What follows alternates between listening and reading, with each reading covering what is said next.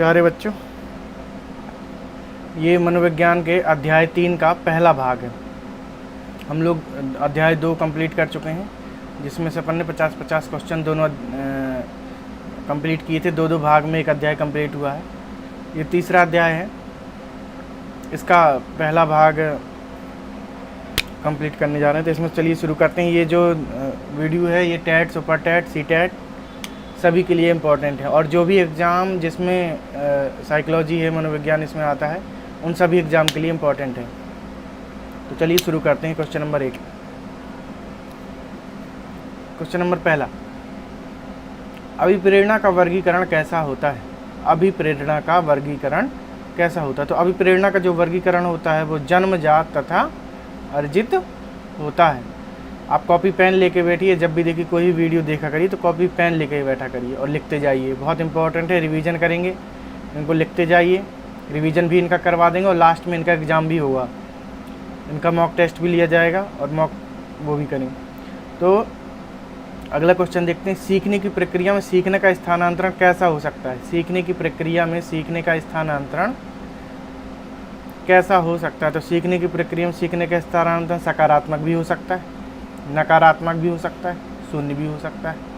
ठीक है, यदि आप कोई चीज़ सीख रहे हो, सीखने की प्रक्रिया आपकी चल रही है, तो ज़रूरी नहीं है कि आप उससे पॉजिटिव ही सीखो, नेगेटिव सीखो या फिर न्यूट्रल हो, कुछ भी हो सकता है। एक ही क्लास में जब बहुत सारे बच्चे बैठे होते हैं तो एक बच्चा उस एक ही प्रकार के ज्ञान को सकारात्मक रूप से लेता है, दूसरा बच्चा नकारात्मक रूप से लेता है, तीसरा किसी रूप में नहीं लेता है। तो जो सीखने की प्रक्रिया में सीखने का स्थानांतरण है, सकारात्मक, नकारात्मक और शून्य, तीनों हो सकता है। अगला क्वेश्चन है, सीखना क्या है? अगला क्वेश्चन, सीखना क्या है? तो सीखना व्यवहार में परिवर्तन है। सीखना क्या है? व्यवहार में परिवर्तन।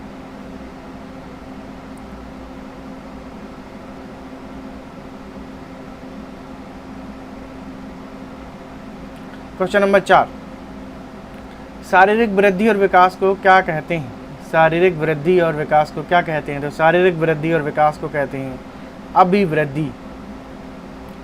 क्वेश्चन नंबर 5, बाल मनोविज्ञान का केंद्र बिंदु क्या है? तो बाल मनोविज्ञान का जो केंद्र बिंदु,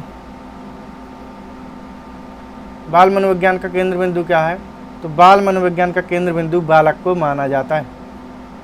हमेशा देखिए, नाम ही उसका है बाल मनोविज्ञान, तो केंद्र बिंदु हमेशा बालक को ही माना जाएगा। फिर है अगला, स्मृति कितने प्रकार की होती है? स्मृति कितने प्रकार की होती है? तो स्मृति देखिए 3 प्रकार की होती है। एक होती है तात्कालिक, एक होती है अल्पकालिक और एक होती है दीर्घकालिक। तात्कालिक वो होती है जो तुरंत के तुरंत काम आती है। मतलब जैसे मान लीजिए कि आप रास्ते पे जा रहे हो, ठीक है, और आपका पैर किसी पत्थर में पड़ गया या फिर आपने अपना हाथ किसी गर्म चीज़ पे रख दिया, तो तात्कालिक बुद्धि होती है कि वहाँ पे तुरंत उस चीज़ को हटाना है, हटा लो। ठीक है। अल्पकालिक, अल्पकालिक ये होती है कि जिसकी ज़रूरत अपन को थोड़ी देर के लिए है। मान लो किसी ऐसी जगह आपको जाना है जहाँ आपको फिर दोबारा कभी नहीं आना, तो वहाँ थोड़ी देर के लिए वो बुद्धि आती है, स्मृति होती है। दीर्घकालिक स्मृति, दीर्घकालिक वो होती है जिसकी आवश्यकता हमेशा पड़नी है, तो उसको दीर्घकालिकता रहना ज़रूरी होता है। तो स्मृति 3 प्रकार की होती है। अगला क्वेश्चन है क्वेश्चन नंबर 7, संवेग शब्द का शाब्दिक अर्थ क्या है? संवेग शब्द का शाब्दिक अर्थ क्या है? तो संवेग शब्द का शाब्दिक अर्थ होता है उत्तेजना या भावों में उथल पुथल। क्या होता है? उत्तेजना या भावों में उथल पुथल। जब किसी बात को लेकर हम उत्तेजित हो जाते हैं, गुस्सा हो जाते हैं, तब क्या होता है? उसको संवेग कहा जाता है।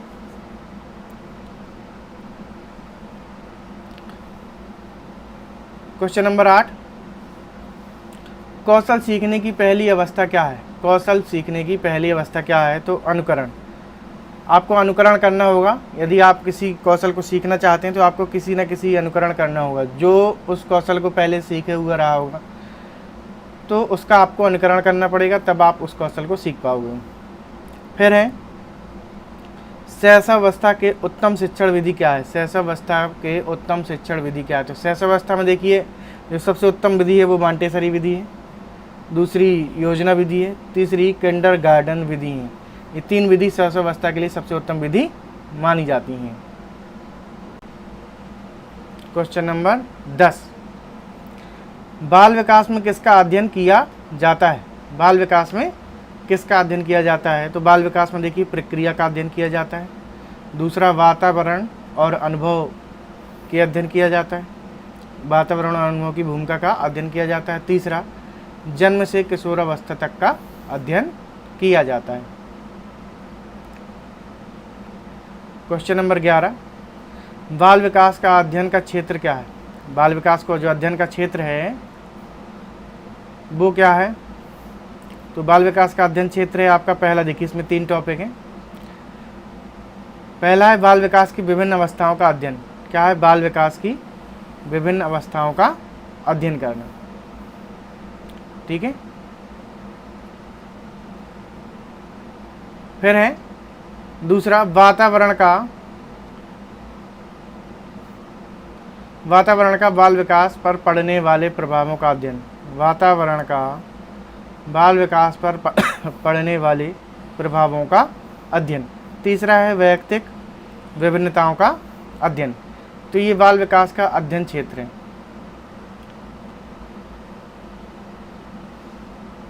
क्वेश्चन नंबर 12, संवेगात्मक विकास को प्रभावित करने वाले कारक कौन से हैं? संवेगात्मक विकास को प्रभावित करने वाले कारक कौन से हैं? तो इसमें 3 कारक आते हैं। पहला, शारीरिक स्वास्थ्य। दूसरा, मानसिक योग्यता। तीसरा, थकान। ये तीनों संवेगात्मक विकास को प्रभावित करते हैं। क्वेश्चन नंबर 13, सीखने का सर्वाधिक उपयुक्त अर्थ क्या है? सीखने का सर्वाधिक उपयुक्त अर्थ क्या है? तो व्यवहार में परिमार्जन। ठीक है। अगर आपने कोई चीज़ सीखी और आपके व्यवहार में परिवर्तन नहीं आ रहा है तो आपने उस चीज़ को नहीं सीखा है।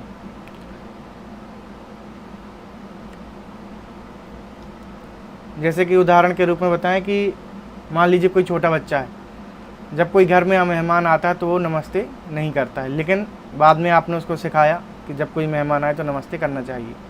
और फिर जब अगली बार कोई मेहमान आता है, अगर उसने नमस्ते किया तो उसने उस चीज़ को सीखा है, अगर नमस्ते नहीं किया तो उसने उस चीज़ को नहीं सीखा है। ठीक है, बात समझ में आ गई होगी। तो आगे चलते हैं।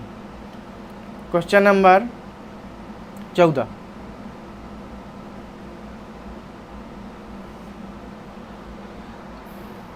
किसे वाणी दोष नहीं कहा जा सकता? किसे वाणी दोष नहीं कहा जा सकता? तो धीमी या तेज गति से बोलना। ठीक है, आप धीमे बोल रहे हो, तेज बोल रहे हो, इसको वाणी दोष नहीं कह सकते हैं। ठीक है, वो अपनी स्पीड पर निर्भर करता है। जबकि आप तुतलाना, गलत अक्षर पढ़ना, ये सब वाणी दोष हो जाएंगे आपके।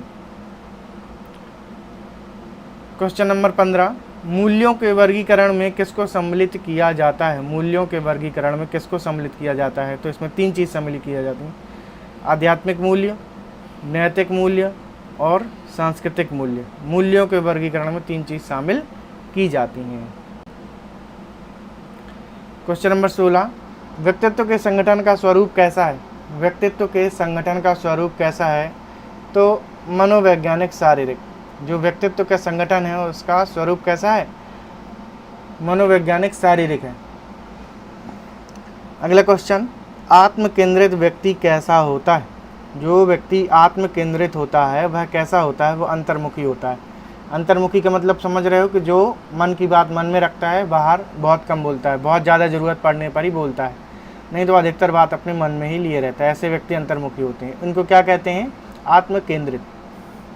नेक्स्ट क्वेश्चन, अपने ऊर्जा बल यानी कि लिबिडो को बाहर की ओर अभिव्यक्त करने वाले व्यक्ति का प्रकार कैसा होता है? अपने ऊर्जा बल लिबिडो को बाहर की ओर अभिव्यक्त करने वाले व्यक्ति का प्रकार कैसा होता है? तो ये होता है बहिर्मुखी होता है उसका।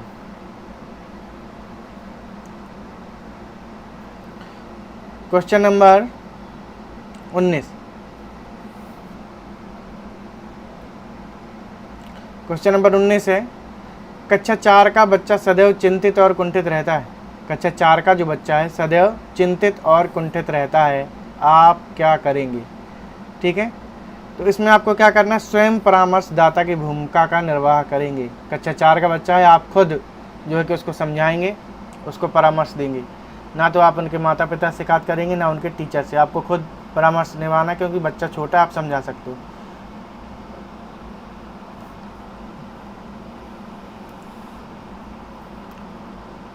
क्वेश्चन नंबर 20, भाषा विकास के सिद्धांत कौन कौन से हैं? भाषा विकास के सिद्धांत कौन कौन से हैं? तो पहला है अनुबंधन का सिद्धांत, दूसरा है अनुकरण का सिद्धांत, तीसरा है परिपक्वता का सिद्धांत। तो भाषा विकास के सिद्धांत हैं जी। क्वेश्चन नंबर 21,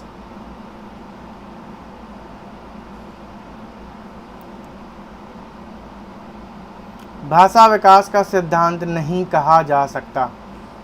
भाषा विकास का सिद्धांत नहीं कहा जा सकता है।